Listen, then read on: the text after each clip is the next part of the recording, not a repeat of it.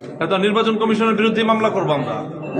তুমি কেন ভোটারদের আপনি আপনি আপনি খালি একটা আইন ধরা দিলেন হবে?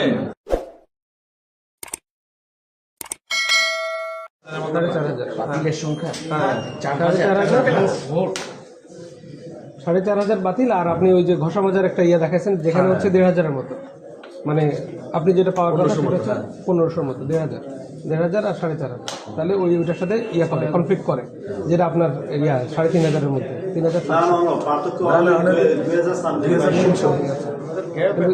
আচ্ছা আচ্ছা 2,000 সামথিং বিডিতে আসছে, শুধু দেখলাম 2,000 সামথিং, কিন্তু অন্যান্যরা লিখতেছে 3,000।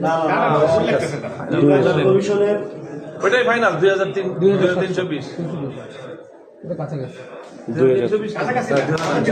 ঠিক আছে 2,420 বাতিল সবগুলোই কি আপনি পাবেন? না, ম্যাক্সিমাম আমি পাবো। স্যার বাতিলের ধরেন যদি 4,000 প্লাস বাতিল হয়, 4,000-এর বেশি আমাদের থাকবে। আচ্ছা 4,000 না হলে 3,000 মিনিমাম। আপনি শুনেন, আপনি আমার একটা এত নির্বাচন কমিশনের বিরুদ্ধে মামলা করবো আমরা। তুমি কেন ভোটারদের আপনি আপনি খালি একটা আইন ধরা দিলেন হবে? আপনি গণভোটে কি বলতেছেন? গণভোটে আপনি 3টে ঘর করতেছেন, হ্যাঁ এই পাশে লেখা, আপনার সিল মারতে হবে সামনে।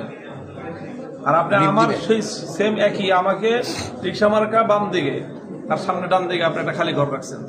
তো যে নাকি রিক্সা মার্কা সিল দিবে সে তো বিভ্রান্ত হয়েছে, যেটা নাকি ধানের শীষের ব্যাপারে ওই আসলে কি হয়েছে যে সেম একই জায়গাটা এই ডানের অংশটা। হ্যাঁ হ্যাঁ, তারপর ডানের অংশ কেন খালি রাখবেন আপনি? ঢাকা হাটের কথা বলছেন? ঢাকা হাট এবং ঢাকা তেরো সেম একই ধরনের, মানে হয়েছে ধানের শীষ যে সিচুয়েশনে পড়ছে, ঢাকা তেরোতে রিক্সা একই সিচুয়েশনে পড়ছে। তো ঢাকা আটের ব্যাপারে তো নির্বাচন কমিশনের রেফারেন্সে আফরোজা আব্বাস সাহেব বলতেছেন যে এটা কাউন্ট করতে নির্দেশ দিয়েছে নির্বাচন কমিশন থেকে।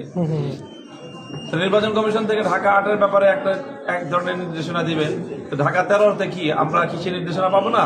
অবশ্যই।